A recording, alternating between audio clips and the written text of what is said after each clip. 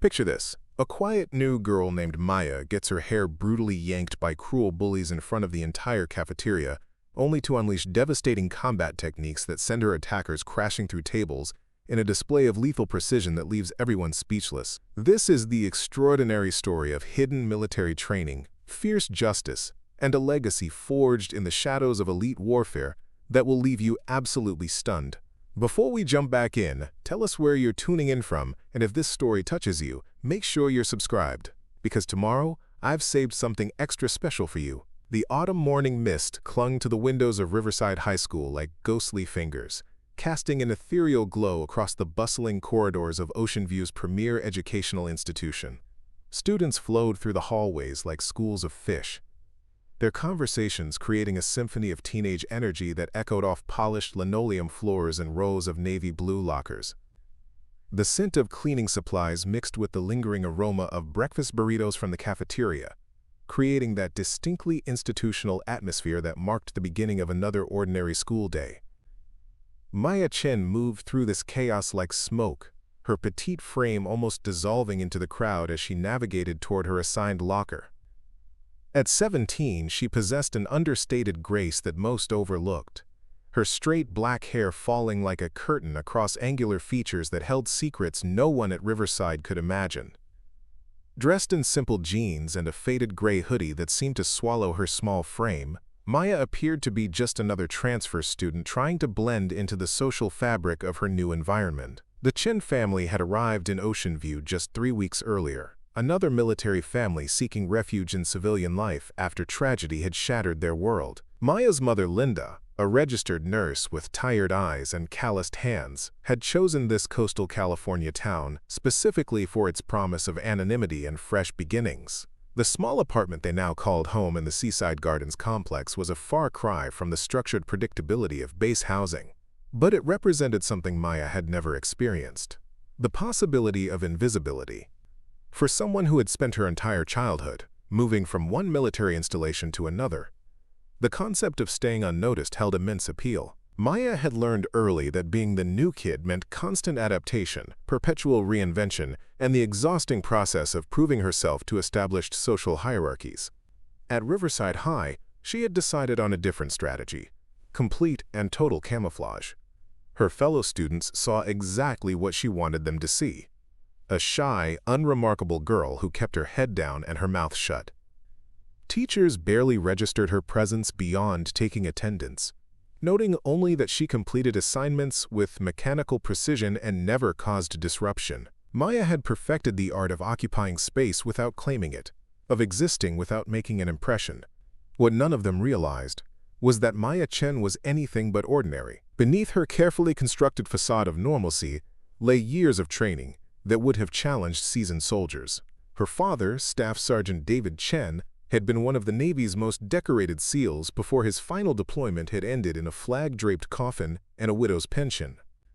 During Maya's childhood, while other military kids were learning to ride bikes and playing video games, David had been teaching his daughter lessons that transcended typical parent-child bonding. Every morning before dawn, father and daughter would slip away from base housing for what David called their, quote, special time together. These sessions began with seemingly innocent activities: swimming in base pools until Maya could hold her breath for impossible lengths, hiking mountain trails until her legs felt like steel cables, learning to move through forests without disturbing a single leaf. As she grew older, the training evolved into something more sophisticated. David taught Maya to read body language like a foreign language, to identify threats before they materialized, to strike pressure points with surgical precision. He showed her how to turn everyday objects into weapons, how to escape from zip-tie restraints, how to remain calm when adrenaline flooded her system. Most importantly, he instilled in her a code of conduct that emphasized protection of the innocent and restraint in the face of provocation. These weren't games or casual self-defense lessons. David Chen was preparing his daughter for a world he knew could be dangerous, teaching her skills that might one day save her life. He made her promise to keep their training secret, explaining that people wouldn't understand the necessity of such preparation. Maya had honored that promise even after her father's death, even as grief threatened to consume her, even as she and her mother struggled to rebuild their shattered lives. Now, as she stood before locker 247 fumbling with the combination lock, Maya felt the familiar weight of that secret pressing against her consciousness. Around her, students chatted about weekend plans, upcoming tests, and social media drama that seemed monumentally trivial compared to the experiences that had shaped her. She could identify potential exit routes from the hallway, assess which students might pose physical threats, and calculate response times for various emergency scenarios, all while appearing to be a typical teenager worried about fitting in. The irony wasn't lost on her. While her classmates obsessed over social hierarchies and popularity contests, Maya possessed skills that could neutralize multiple attackers before they realized what was happening.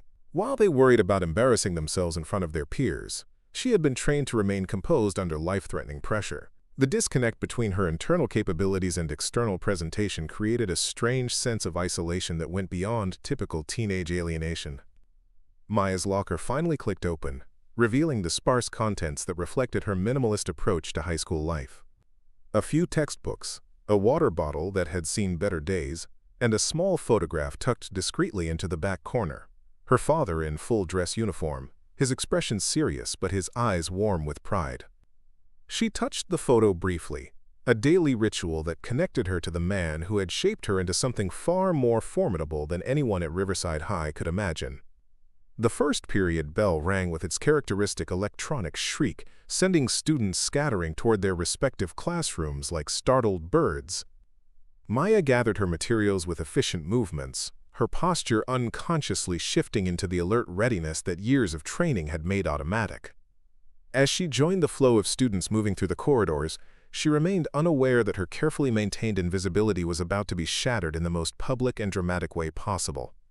The stage was set for a confrontation that would reveal the warrior hidden beneath the quiet exterior, and Maya Chen was about to discover that some secrets are too powerful to remain buried forever. The social ecosystem of Riverside High operated with the ruthless efficiency of a nature documentary, complete with apex predators, territorial disputes, and an unforgiving hierarchy that had been established long before Maya Chen ever set foot on campus. At the summit of this brutal food chain sat Ashley Martinez, a 17-year-old queen bee whose reign of terror had gone unchallenged for 3 consecutive years. Ashley possessed the kind of devastating beauty that seemed almost engineered for maximum social impact. Her honey blonde hair cascaded in perfect waves that caught the fluorescent lighting like spun gold, while her emerald eyes held a calculating intelligence that she wielded like a surgical instrument. Standing at 5'7" with the lean physique of someone who treated her body like a carefully maintained weapon, Ashley commanded attention simply by existing in. Preparing and narrating this story took us a lot of time, so if you are enjoying it, subscribe to our channel. It means a lot to us. Now back to the story. Any given space. More dangerous than her physical attributes was Ashley's innate understanding of teenage psychology and her complete lack of empathy when exploiting that knowledge. She had spent years perfecting the art of social warfare, learning to identify weakness like a heat-seeking missile and strike with precision that left her victims emotionally devastated while maintaining plausible deniability. Teachers adored her polished charm and academic excellence, parents praised her volunteer work and leadership roles, but students knew the truth. Ashley Martinez was a predator in designer clothing. Her inner circle consisted of carefully selected lieutenants, who amplified her power while serving as extensions of her will.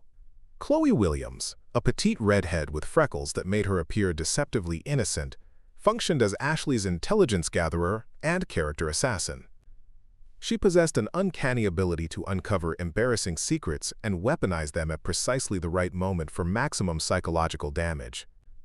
Jordan Blake, tall and athletic with the kind of confident swagger that came from years of athletic success, served as Ashley's enforcer and intimidation specialist. Together, this trio had established an unspoken reign of terror that extended throughout Riverside High's student body. They didn't resort to crude physical violence or obvious bullying tactics that might attract administrative attention. Instead, they employed sophisticated psychological warfare, social exclusion, rumor campaigns, digital harassment through anonymous accounts, and the kind of subtle public humiliation that left victims questioning their own sanity. Maya had been on Ashley's radar since her 3rd day at Riverside, though she hadn't realized it at the time. The new girl's determined invisibility had actually made her more conspicuous to someone with Ashley's predatory instincts. Students who tried too hard to disappear usually had interesting reasons for doing so, and Ashley considered herself an expert at uncovering those reasons. The initial surveillance had been casual, almost recreational. Ashley had Chloe conduct discreet inquiries about Maya's background, but the results proved frustratingly sparse. No social media presence worth mentioning, no obvious vulnerabilities, no embarrassing past incidents that could be exploited. Maya Chen appeared to be exactly what she claimed, a boring military brat trying to blend into civilian life. This mundane explanation only intensified Ashley's interest. In her experience, the most devastating takedowns came from exposing the secrets that people worked hardest to conceal. Maya's aggressive normalcy suggested she was hiding something significant, and Ashley had built her reputation on exposing such deceptions. The first direct interaction occurred during third-period chemistry class, where alphabetical seating had placed Maya directly in front of Ashley's assigned station. Dr. Peterson was explaining molecular bonding with the enthusiasm of someone who genuinely loved his subject, completely oblivious to the social dynamics playing out under his nose. Ashley leaned forward slightly, her voice dropping to a whisper that wouldn't carry beyond Maya's ears. The comment was carefully crafted to seem almost friendly while carrying an unmistakable undertone of menace. She complimented Maya's hair, mentioned how pretty it looked, and suggested that some people might be jealous of such natural beauty. The words themselves were innocent enough, but the delivery carried implications that made Maya's shoulders tense almost imperceptibly. Maya didn't respond, didn't turn around, didn't acknowledge the comment in any way. This reaction fascinated Ashley, who was accustomed to immediate responses from her targets. Most students either cowered visibly or tried to appease her with nervous laughter in gratitude for the attention. Maya's complete stillness suggested either exceptional self-control or a level of social obtuseness that bordered on the pathological. Over the following days, Ashley escalated her approach with the methodical patience of a skilled hunter. She began with seemingly innocent questions delivered in public spaces where other students could witness Maya's responses or lack thereof. These interactions were designed to test boundaries while establishing a pattern of attempted communication that Maya was obviously ignoring. Ashley would catch Maya at her locker between classes, positioning herself strategically to appear casual while creating scenarios that demanded acknowledgement. She might ask for directions to classrooms she could navigate blindfolded, request to borrow school supplies she definitely owned, or comment on assignments they shared. Each interaction was calibrated to seem reasonable while building a narrative of Maya's antisocial behavior. When Maya continued to respond with minimal politeness or strategic silence, Ashley shifted tactics. She began making observations about Maya's appearance, her clothes, her apparent friendlessness, always delivered with a tone that could be interpreted as either concerned or mocking depending on the audience.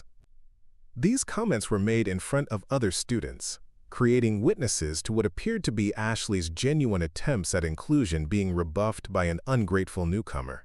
Chloe and Jordan played their roles perfectly, expressing confusion and mild offense at Maya's apparent rudeness toward Ashley's friendly overtures. They would approach other students afterward, shaking their heads in bewilderment at the new girl's attitude problem and lack of social awareness. Slowly but steadily, they were crafting a reputation for Maya as someone who thought she was too good for Riverside High's social environment. Maya remained unaware of the elaborate campaign being waged against her reputation. Her training had taught her to identify physical threats and tactical dangers, but high school social warfare operated according to rules that her military background hadn't covered. She interpreted Ashley's behavior as minor annoyances rather than coordinated psychological assault, focusing instead on maintaining her academic performance and avoiding attention. The disconnect between Maya's actual capabilities and her perceived vulnerability created a perfect storm of misunderstanding. Ashley saw a weak target ripe for exploitation, while Maya saw trivial teenage drama that didn't warrant serious attention. Neither realized they were engaged in a conflict that would soon escalate far beyond either of their expectations, setting the stage for a confrontation that would shatter the carefully constructed facades both girls had spent years perfecting. Maya's daily routine at Riverside High had crystallized into a precise choreography of avoidance, each movement calculated to minimize exposure and reduce the likelihood of unwanted social interaction. She had mapped the school's rhythm like a military strategist studying enemy territory, identifying peak traffic periods, optimal routes between classes, and strategic positions that offered maximum visibility of potential threats while maintaining minimal personal exposure. Her mornings began before dawn in the cramped apartment she shared with her mother Linda, who typically departed for her nursing shift at Ocean View General Hospital, while Maya was still completing her morning workout routine. These private sessions represented the only time Maya allowed herself to fully engage with the training her father had instilled in her, transforming their tiny living room into a makeshift gymnasium where she could practice forms, conditioning exercises, and mental preparation techniques. The physical training served multiple purposes beyond maintaining combat readiness. It provided emotional regulation, helping Maya process the grief and anger that still churned beneath her carefully controlled exterior 2 years after her father's death. The repetitive nature of the exercises created a meditative state that allowed her to compartmentalize her emotions, storing away feelings that might compromise her ability to maintain her civilian disguise throughout the school day. Maya's route to school followed a deliberately circuitous path that took her through residential neighborhoods rather than the main thoroughfares where she might encounter clusters of her classmates. She preferred walking alone, using the 20-minute journey to transition from her authentic self into the persona she wore like armor during school hours. By the time she reached Riverside High's sprawling campus, Maya Chen, the warrior's daughter, had been carefully locked away, replaced by Maya Chen, the forgettable transfer student. Her locker had been strategically chosen during enrollment, positioned in a section of the hallway that experienced lighter foot traffic, and offered multiple exit routes should the need arise. Maya had spent her first week observing traffic patterns, identifying which students claimed territory in various sections of the building, and noting the behavioral patterns of potential threats. This reconnaissance wasn't paranoia, but practical application of situational awareness training that had been drilled into her since childhood. The academic portion of Maya's day proceeded with mechanical efficiency. She had learned to position herself in classrooms where she could monitor entrances while maintaining clear sightlines to potential escape routes. Habits that looked like typical student preferences for back-row seating but actually represented tactical positioning. Her note-taking was meticulous, not from academic enthusiasm but because focused concentration on lessons provided cover for continuous environmental assessment. Teachers appreciated Maya's apparent attention and consistent performance, interpreting her stillness as engagement rather than hypervigilance. She completed assignments with the same methodical precision she applied to everything else, producing work that was competent but unremarkable, designed to meet expectations without attracting attention. Maya had learned that excellence could be as dangerous as failure when it came to maintaining invisibility. Lunch periods presented the greatest challenge to Maya's avoidance strategies. The cafeteria's open layout and concentrated population made it impossible to maintain the low profile she preferred, but skipping meals wasn't an option given her training regimen's caloric demands.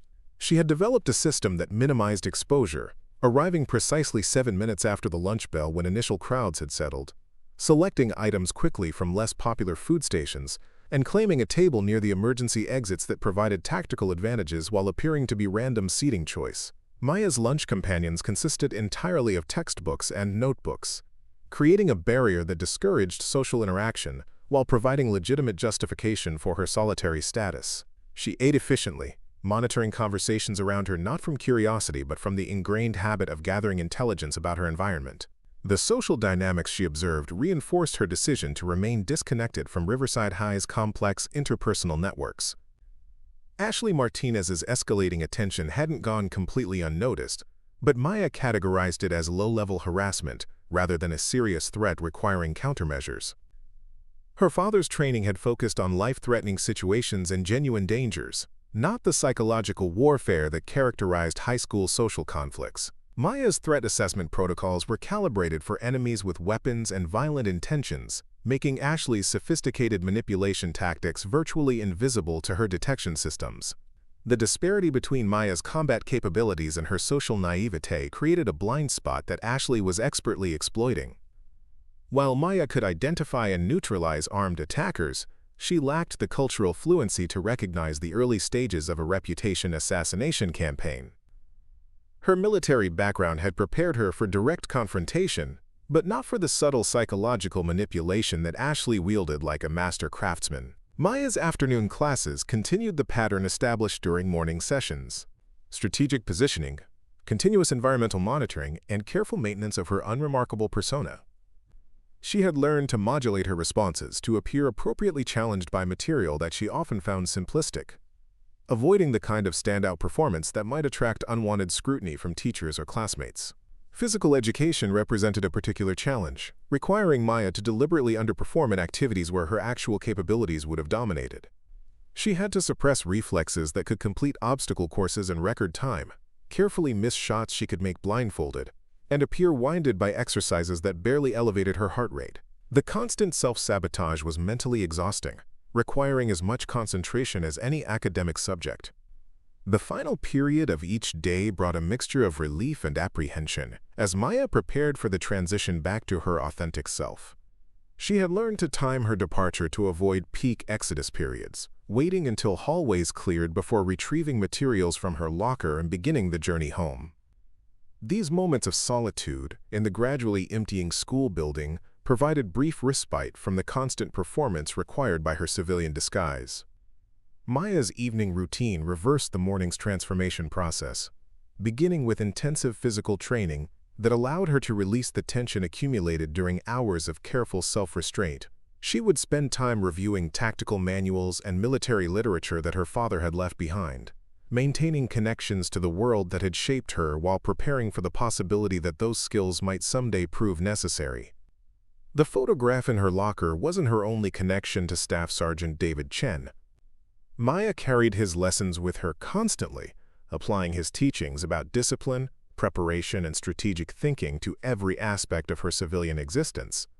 She honored his memory by maintaining the readiness he had instilled in her, even as she hoped never to need the darker skills he had taught her. This carefully constructed existence had served Maya well for 3 weeks, allowing her to navigate Riverside High's social minefield without incident or exposure. She had successfully established herself as exactly the kind of forgettable student who could complete her education without drawing attention or making enemies. Her system was working perfectly, creating the peaceful anonymity that she and her mother desperately needed after years of military life and devastating loss. Maya had no way of knowing that her success at remaining unnoticed had actually made her more visible to someone with Ashley Martinez's predatory instincts, or that her careful avoidance tactics were being interpreted as arrogance by students who didn't understand her motivations. The stage was being set for a confrontation that would shatter her carefully maintained invisibility and force her to choose between protecting her secret and protecting herself. The Tuesday that would irrevocably alter Maya's existence at Riverside High began with the kind of crisp October morning that made Ocean View feel like a postcard advertisement for California coastal living. Fog rolled off the Pacific in gentle waves, creating a mystical atmosphere that softened the edges of buildings and gave the entire town an ethereal quality. Maya completed her pre-dawn training routine with particular intensity, her body responding to some subconscious recognition that this day would demand everything her father had taught her. The cafeteria buzzed with its usual chaotic energy as students navigated the complex social choreography of lunchtime. Maya had executed her standard approach, timing her arrival to avoid peak crowds and selecting her usual tactical position near the emergency exits. She sat alone at a small circular table, her biology textbook propped open as both study material and social barrier, methodically consuming the peanut butter sandwich she had prepared that morning. Ashley Martinez held court at her traditional table in the cafeteria center, a prime location that offered maximum visibility and allowed her to monitor the social dynamics of the entire space. Her latest victim, a sophomore named Marcus who had made the mistake of accidentally bumping into Jordan Blake in the hallway, was currently experiencing the full force of Ashley's psychological warfare campaign. Anonymous social media accounts had been spreading rumors about Marcus's personal hygiene, his family's financial struggles, and fabricated stories about embarrassing incidents that never actually occurred. Chloe Williams was providing real-time updates on the campaign's effectiveness, scrolling through her phone to share screenshots of cruel comments and reactions from other students. Jordan Blake contributed his own observations about Marcus's increasingly isolated state, describing with obvious satisfaction how the targeted student now ate lunch alone in the library, rather than face the whispers and stares that followed him throughout the cafeteria. Ashley absorbed this information with the satisfied expression of a general receiving victory reports from the battlefield. The systematic destruction of Marcus's social standing had proceeded exactly according to her specifications, demonstrating once again her mastery of psychological manipulation. But even as she celebrated this triumph, her attention kept drifting toward the solitary figure of Chen, who continued to represent an unfinished challenge that gnawed at Ashley's sense of complete dominance. The opportunity Ashley had been waiting for presented itself when Maya rose from her table to dispose of her lunch tray.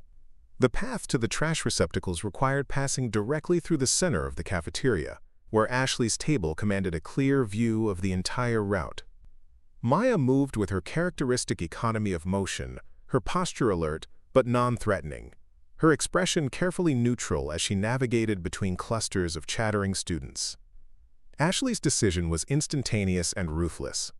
She timed her movement perfectly, rising from her seat just as Maya approached, and positioning herself directly in Maya's path with the kind of calculated precision that appeared completely accidental. The collision was inevitable, and Ashley made sure to stumble dramatically as their shoulders made contact, sending her designer water bottle clattering across the floor while she gasped in exaggerated surprise. The sound drew immediate attention from surrounding tables, creating an audience for the performance Ashley was about to deliver.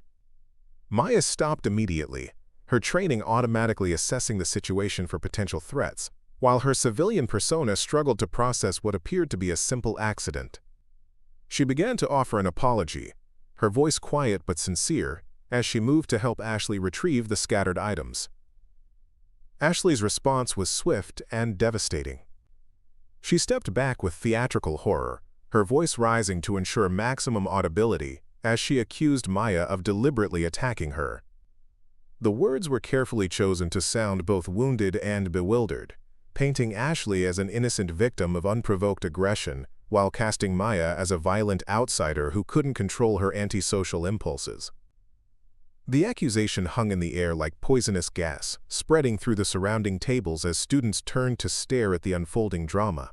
Chloe and Jordan immediately rallied to their leader's defense, their voices joining Ashley's in a chorus of outrage and disbelief. They demanded to know what was wrong with Maya, why she thought she could assault other students without consequences, why she seemed to believe the rules didn't apply to her.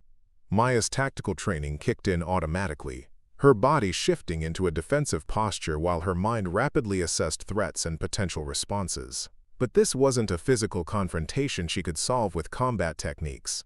This was social warfare fought with weapons she barely understood, let alone knew how to counter.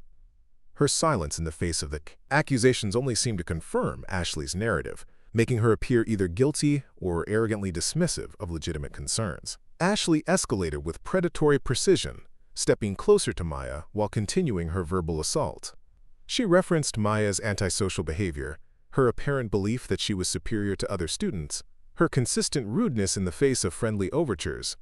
Each accusation built upon previous encounters that Ashley had carefully orchestrated, creating a comprehensive character assassination that left Maya looking increasingly isolated and defensive. The moment that would define everything came when Ashley reached out as if to steady herself, her hand appearing to seek innocent support, while actually positioning itself for maximum tactical advantage. Maya's training screamed warnings about allowing potential threats into her personal space, but her civilian programming insisted this was just another student seeking help after an accident. Ashley's fingers closed around a handful of Maya's long black hair with sudden vicious force. The pain was immediate and shocking, but it was the public nature of the assault that triggered something deeper in Maya's conditioning. Her father's voice echoed in her memory, reminding her that predators often escalated when their initial attacks weren't met with sufficient resistance. The hair-pulling wasn't just physical assault. It was a dominance display designed to humiliate Maya in front of the entire student body, while establishing Ashley's complete control over the situation. Maya's scalp burned as Ashley twisted her grip, using the leverage to force Maya's head down into a submissive position that would be captured by the dozens of phones already recording the encounter. In that instant, Chen, the invisible transfer student, ceased to exist. The careful facade she had maintained for weeks crumbled under the weight of genuine threat and public humiliation. Her father's training overrode her civilian programming as muscle memory responded to the attack with the kind of devastating efficiency that years of conditioning had made automatic. Maya's body moved with fluid precision that seemed to defy physics, her hand shooting up to break Ashley's grip, while her other arm swept in a wide arc that caught her attacker completely off guard. The transformation was instantaneous and shocking, like watching a house cat suddenly reveal itself to be a jungle predator. Students gasped, and phones shifted to capture what appeared to be the beginning of an epic confrontation. But Maya's response was measured and controlled, designed to neutralize the immediate threat without causing permanent damage. She had been trained to use minimum necessary force, to solve problems without creating larger ones. What happened next would depend entirely on whether Ashley was smart enough to recognize she had just awakened something far more dangerous than she had bargained for. The cafeteria fell silent as Maya straightened, her hazel eyes now carrying a hardness that no one at Riverside High had ever seen before. Ashley found herself looking into the face of someone who had been shaped by forces beyond her understanding, someone whose definition of conflict extended far beyond social media campaigns and reputation warfare. The Queen Bee had just discovered that her latest target was something entirely different from what she had expected, and the realization was beginning to dawn that she might have made a fatal miscalculation. The moment Ashley's fingers released Maya's hair, time seemed to crystallize into something both infinite and instantaneous. Maya straightened slowly, her movements carrying a fluidity that spoke of countless hours of training most people couldn't imagine. The cafeteria's ambient noise faded to a dull hum as her senses sharpened with the kind of heightened awareness that her father had drilled into her through years of relentless preparation. Staff Sergeant David Chen had been more than just Maya's father. He had been her mentor, her guide into a world where split second always be the last option, but when violence became unavoidable, it needed to be overwhelming and decisive. Grappling formed another crucial component of Maya's martial education. David taught her submission holds that could render opponents unconscious within seconds, escape techniques that allowed her to break free from various restraints, and ground fighting methods that gave her advantages regardless of her opponent's size or strength. Maya learned to use leverage and positioning rather than brute force, understanding that technique properly applied could overcome almost any physical disadvantage. The weapons training that David provided went far beyond basic marksmanship. Maya became proficient with various firearms, learning not just how to shoot accurately, but how to maintain weapons under field conditions, how to conserve ammunition during extended engagements, and how to clear malfunctions quickly under stress. She studied ballistics, understanding how environmental factors affected projectile performance, and learned to estimate ranges accurately without technological assistance. Edged weapons training introduced Maya to knife fighting techniques that emphasized both offensive and defensive applications. David taught her to recognize different blade types and their tactical applications, to understand the psychological impact that weapons could have on potential adversaries, and to disarm opponents who threatened her with various implements. Maya learned to improvise weapons from everyday objects, understanding that creativity and situational awareness were often more valuable than access to purpose-built tools. The psychological aspects of Maya's training proved even more demanding than the physical components. David understood that mental preparation was just as important as physical conditioning, that a warrior's mindset required careful cultivation through exposure to controlled stress and systematic desensitization to violence. Maya learned meditation techniques that allowed her to maintain calm focus during chaotic situations, breathing exercises that could slow her heart rate and steady her hands when adrenaline threatened to overwhelm her system. Stress inoculation formed a crucial part of Maya's psychological preparation. David created training scenarios that exposed her to unexpected challenges, loud noises, time pressure, and physical discomfort, while requiring her to perform complex tasks. Maya learned to function effectively when exhausted, hungry, cold, or frightened, understanding that real-world threats rarely occurred under ideal conditions. These exercises built the kind of mental resilience that allowed her to maintain clear thinking when others might panic. David introduced Maya to interrogation resistance techniques, teaching her how to protect sensitive information under pressure and how to recognize manipulation tactics that others might use against her. She learned to compartmentalize information, to create believable cover stories that could withstand casual scrutiny, and to detect deception in others through careful observation of body language and verbal inconsistencies. These skills proved invaluable in understanding human psychology and predicting behavior patterns. This study of human psychology became another essential element of Maya's education. David taught her to read micro-expressions that revealed emotional states others tried to conceal, to understand personality types and their typical response patterns, and to identify potential threats based on behavioral indicators rather than obvious physical signs. Maya learned that violence was often preceded by specific warning signs that careful observation could detect well in advance. Navigation and survival skills rounded out Maya's military education, providing her with capabilities that extended far beyond combat applications. She learned to read terrain like a language, understanding how topography affected movement, visibility, and tactical positioning. Maya studied weather patterns and their implications for outdoor activities, learning to predict environmental changes that could impact safety or operational effectiveness. Wilderness survival training taught Maya to find and purify water in various environments, to identify edible plants and avoid poisonous species, and to construct shelter using natural materials and improvised tools.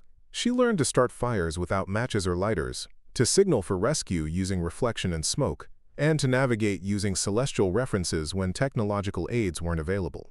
David emphasized that these skills weren't just for wilderness emergencies, but could prove valuable in urban disaster scenarios where normal infrastructure had failed. The intellectual components of Maya's training were equally rigorous. David introduced her to strategic thinking methodologies that helped her analyze complex situations from multiple perspectives, understanding how different factors interacted to create opportunities and threats.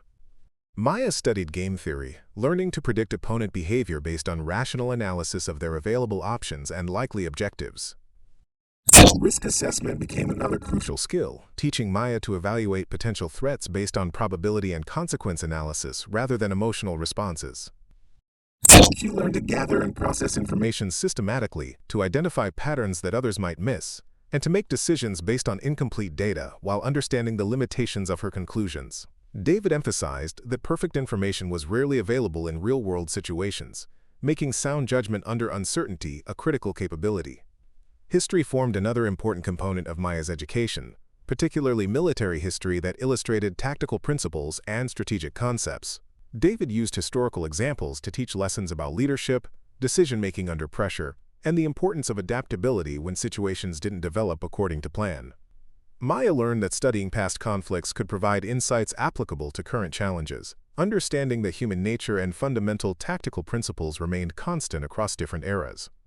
The study of technology and its applications occupied increasing amounts of Maya's training time as she grew older. David taught her basic electronics, understanding how communication systems worked and how they could be compromised or exploited. Maya learned computer skills that went beyond typical user applications, understanding network security principles and digital forensics techniques that could prove valuable in information gathering or protecting sensitive data. Perhaps most importantly, David instilled in Maya a moral framework that guided the application of her abilities. He taught her that strength without restraint was merely brutality, that true warriors protected those who couldn't protect themselves, and that violence should never be the first option considered. Maya learned to de-escalate conflicts whenever possible, to use minimum necessary force when action became unavoidable, and to accept responsibility for the consequences of her choices.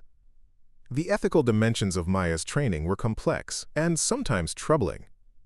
David was preparing his daughter to do violence against other human beings, understanding that such preparation carried moral implications that required careful consideration. He taught Maya to value human life, while accepting that sometimes taking life might be necessary to protect innocent people.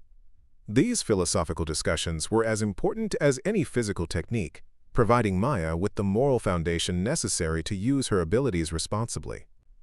The training wasn't without its emotional costs. Maya often felt isolated from other children her age, unable to relate to their concerns about homework and playground politics when she spent her free time learning to survive in hostile environments. She struggled with the weight of secrets she couldn't share, knowledge that separated her from the normal childhood experiences her peers took for granted. David recognized these challenges and worked to help Maya maintain connections to the civilian world, even as he prepared her for its darker realities. Social skills require deliberate cultivation, since Maya's training could make her seem strange or intimidating to other children. David taught her to modulate her responses, to appear appropriately surprised by things she had anticipated, and to express normal emotional reactions even when her training had prepared her for whatever situation had developed. Maya learned to wear masks, to present different versions of herself depending on what each situation required. Maya's relationship with her mother Linda had been complicated by the training regimen that dominated so much of her childhood. Linda understood the theoretical necessity of preparing their daughter for dangerous situations, but watching her husband transform their little girl into something resembling a junior special operator filled her with conflicting emotions. She supported David's efforts while secretly hoping Maya would never need to use the skills he was teaching her. The family dynamics were further complicated by the security requirements that David's work imposed on their household. Maya learned early that her father's deployments weren't typical military assignments, that he worked with classified programs that required operational security measures even at home. She grew up understanding that certain topics couldn't be discussed outside the family, that their activities needed to appear normal to outside observers, and that maintaining cover stories was a necessary part of military life. Maya's education about her father's actual work came gradually, revealed in age-appropriate increments as she demonstrated the maturity to handle increasingly sensitive information. David was a member of an elite unit that conducted operations requiring the highest levels of skill, discretion, and moral fortitude. His teammates were among the most highly trained and experienced special operators in the world, men who had volunteered for assignments that others couldn't or wouldn't accept. The missions that David undertook were never discussed in detail, but Maya understood that her father's work involved protecting American interests and innocent people in dangerous parts of the world. She learned that special operations forces operated in the shadows, conducting missions that received no public recognition while accepting risks that few people could comprehend. David's pride in his service was evident, but so was his understanding of the costs that such work imposed on families and individuals. Maya's exposure to her father's professional world was limited but significant. She met some of his teammates during family gatherings, observing men who shared David's quiet confidence and understated competence. These interactions taught her to recognize the qualities that characterized true professionals, understanding that the most dangerous people were often those who appeared most normal in social settings. The weapons and equipment that occasionally appeared in their home provided Maya with insights into the technological sophistication of modern special operations. David was careful to maintain operational security while satisfying Maya's curiosity about the tools of his trade. She learned to appreciate the engineering and craftsmanship that went into military equipment, understanding that her father's life might depend on the reliability and performance of these specialized tools. David's deployment schedule meant that Maya often spent extended periods alone with her mother, learning to maintain her training regimen independently while managing the emotional challenges of her father's absence. These separations taught her self-discipline and self-reliance, qualities that would prove essential as she grew older and faced increasingly complex challenges. Maya learned that military families made sacrifices that civilian families couldn't understand, accepting uncertainties and separations as necessary costs of service. The family's frequent relocations meant Maya never had the opportunity to form lasting friendships or develop the social skills that came naturally to children who grew up in stable communities. Each new posting required her to adapt to different environments, different people, and different expectations while maintaining the secret of her true capabilities. Maya learned that adaptation was a survival skill, that successful integration into new communities required careful observation and strategic self-presentation. Military communities provided some advantages for Maya's unusual upbringing. Base housing offered security and structure that civilian neighborhoods couldn't match, while military families understood the demands and challenges of service life in ways that civilian families couldn't appreciate. Maya grew up around other children who accepted deployment separations and security restrictions as normal parts of life, reducing the isolation she might have felt in civilian communities. The base facilities where Maya trained provided resources that wouldn't have been available in civilian environments. Gymnasiums equipped with specialized training equipment, swimming pools that operated year-round regardless of weather, and outdoor spaces large enough for extensive running and obstacle courses. David took advantage of these resources to provide Maya with training opportunities that would have been impossible in most civilian settings. The medical support available on military installations proved valuable for managing the physical demands of Maya's training. Base medical personnel understood the requirements of high-performance physical conditioning, providing physiotherapy and injury prevention guidance that helped Maya train safely despite the intensity of her regimen. David was careful to avoid injuries that might raise questions about Maya's activities, understanding that maintaining operational security required managing all aspects of their lifestyle. The educational opportunities available through military schools provided Maya with academic challenges that complemented her physical training. Base schools often employed teachers with military backgrounds who understood the demands placed on military children, creating environments where academic excellence was expected and supported. Maya learned to excel academically while maintaining her training schedule, developing time management and organizational skills that would serve her throughout life. David's death had shattered more than just the Chen family's emotional foundation. It had severed Maya's connection to the world that had shaped her identity. The official explanation of a random robbery felt hollow to both Maya and Linda, who knew that David's investigative work had put him in contact with dangerous people. The lack of arrests or meaningful leads only reinforced their suspicions that his death hadn't been the result of chance encounter with desperate criminals. The circumstances surrounding David's death were suspicious in ways that made both Maya and Linda question the official investigation. David had been killed while supposedly stopping at a convenience store during what should have been routine travel between base facilities. The store's security cameras had mysteriously malfunctioned, the clerk had provided contradictory statements to investigators, and the supposed robbery had yielded minimal financial gain despite the violence involved. Maya's training in observation and analysis allowed her to identify inconsistencies in the official narrative that her mother might have missed. The location of David's wounds suggested professional execution rather than desperate robbery. The timing of the incident coincided with sensitive operations that David had mentioned in vague terms, and the investigation's rapid closure indicated institutional desire to avoid further scrutiny rather than genuine efforts to find those responsible.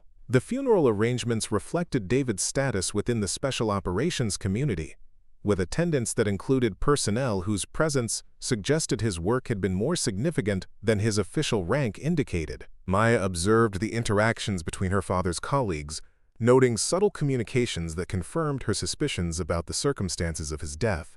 These men were grieving not just a teammate but someone whose loss represented a significant operational setback. In the aftermath of David's funeral, Maya had made a conscious decision to bury the warrior he had created. The skills remained intact, muscle memory preserved through occasional private practice sessions, but she was determined to live the civilian life her father had prepared her to protect. Moving to Ocean View represented a fresh start, an opportunity to discover who Maya Chen might be without the constant weight of tactical preparation. The transition to civilian life proved more challenging than Maya had anticipated. The habits and reflexes that years of training had instilled didn't simply disappear because she wanted to live normally. Maya found herself automatically assessing threats in everyday situations, positioning herself tactically in public spaces, and maintaining situational awareness levels that were excessive for civilian environments. Learning to suppress these responses required conscious effort that was mentally exhausting. The grief that Maya carried from her father's death was complicated by her understanding of the life he had led and the dangers he had faced. She mourned not just a father but a mentor and guide whose teachings had shaped her fundamental understanding of the world. David's absence left a void that extended beyond normal parent-child relationships, removing the person who had given meaning and context to abilities that now seemed more burden than gift. Maya's mother Linda struggled with her own grief while trying to support her daughter's transition to normal life. Linda had watched David transform their child into something extraordinary, but she lacked the knowledge and experience necessary to guide Maya through the process of becoming ordinary. The skills that David had taught Maya were beyond Linda's understanding, creating a gap between mother and daughter that both wanted to bridge but neither knew how to navigate. The financial pressures that followed David's death forced practical decisions that shaped the family's future. Military benefits provided some security, but Linda's nursing salary required careful budgeting and strategic planning to maintain their standard of living. The decision to move to Ocean View was influenced by cost considerations as much as the desire for fresh starts. with Linda choosing a location that offered employment opportunities while remaining affordable on a single income. The adjustment to Ocean View and Riverside High School represented Maya's first real attempt at normal teenage life.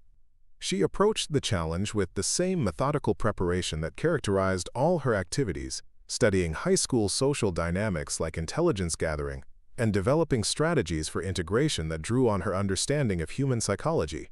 Maya's goal was to blend in completely, to become so unremarkable that no one would suspect the capabilities she was hiding. The irony of her situation at Riverside High wasn't lost on Maya. She possessed abilities that could neutralize multiple armed attackers, yet she was struggling to navigate the social complexities of teenage relationships. Her training had prepared her for life-or-death situations but provided no guidance for dealing with gossip, cliques, or the subtle psychological warfare that Ashley Martinez wielded with such devastating effectiveness. Maya's academic performance at Riverside reflected her methodical approach to integration. She deliberately maintained grades that were good but not exceptional, avoiding the attention that might come from academic achievement while ensuring her performance met the standards necessary for college admission. This calculated mediocrity required careful calibration, since Maya's intellectual capabilities exceeded what her transcripts suggested. The physical education classes presented particular challenges for Maya's integration strategy. Her actual fitness levels far exceeded those of her classmates, requiring deliberate underperformance to avoid standing out. Maya had to suppress reflexes and abilities that would have dominated competitive activities, learning to appear appropriately challenged by exercises that barely elevated her heart rate. The constant self-restraint was mentally exhausting, adding another layer of performance to her daily routine. Social interactions required similar careful management. Maya's training in reading people and understanding psychological dynamics gave her insights into her classmates' motivations and behaviors that she had to pretend not to possess. She learned to express appropriate surprise at developments she had predicted, to appear confused by social situations she understood perfectly, and to react emotionally to events that her training had prepared her to handle calmly. The loneliness that characterized Maya's first weeks at Riverside High was both chosen and imposed. She had deliberately isolated herself to maintain her cover, but the isolation also reflected her inability to relate to peers whose concerns seemed trivial compared to the realities she had experienced. Maya found herself caught between worlds, no longer fully part of the military community that had shaped her, but unable to embrace the civilian life she was trying to create. The relationship between Maya and her mother became strained, as both struggled with their new circumstances. Linda wanted to support her daughter's transition to normal life, but lacked the knowledge necessary to understand Maya's challenges. Maya appreciated her mother's efforts, but felt increasingly isolated by her inability to share the full scope of her struggles. Both wanted to honor David's memory while moving forward, but neither was sure how to accomplish that goal. Maya's private training sessions in their apartment became a crucial outlet for managing the stress of her double life. These early morning workouts allowed her to maintain her physical conditioning while providing emotional regulation through familiar routines. The exercises connected her to memories of her father while helping her process the grief and frustration that civilian life couldn't address.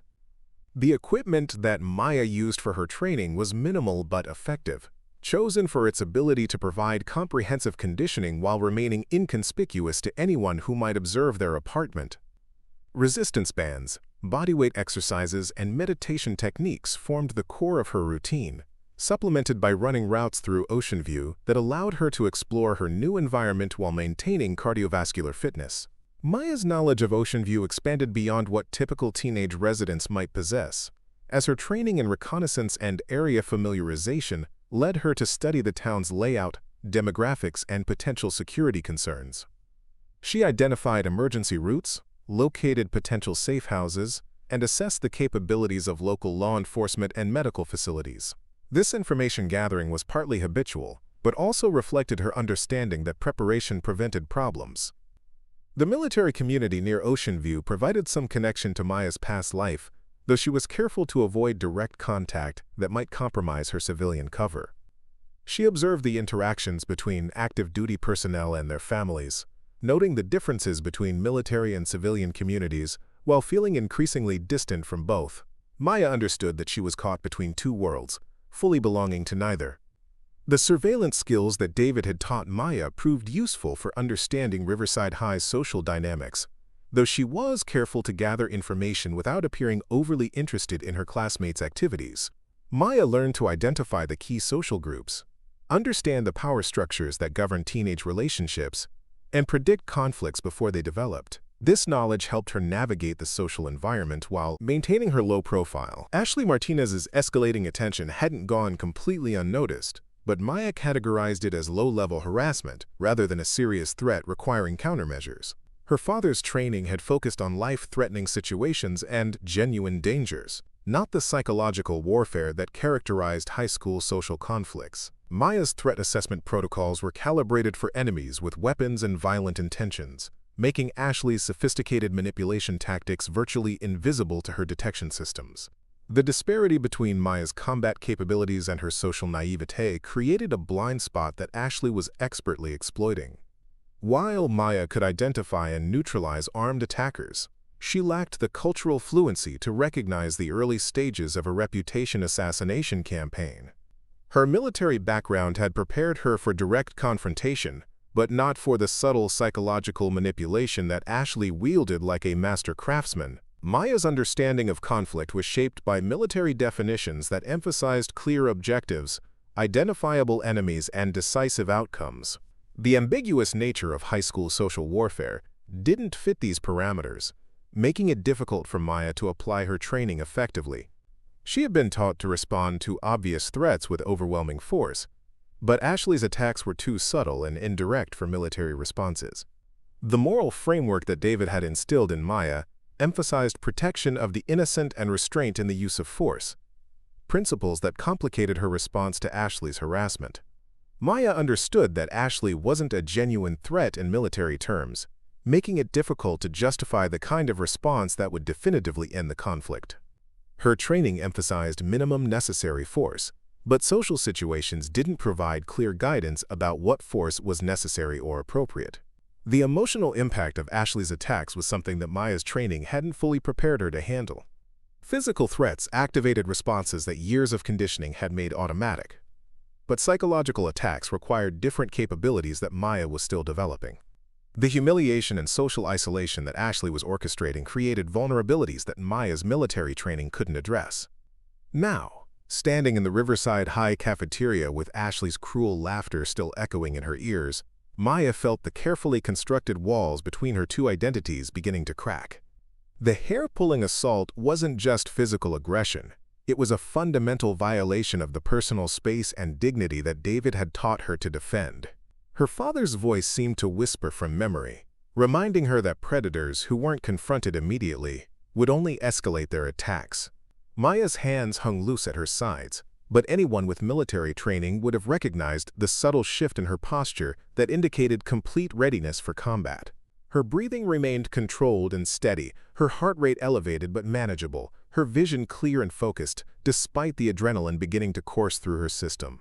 Years of conditioning had prepared her body to function optimally under stress, and those preparations were now asserting themselves despite her conscious desire to remain invisible. The transformation that was occurring within Maya was both physical and psychological, as years of suppressed training reasserted themselves in response to genuine threat. Her father's lessons about reading situations and responding appropriately were overriding her civilian programming, activating capabilities that she had tried to bury but had never truly abandoned.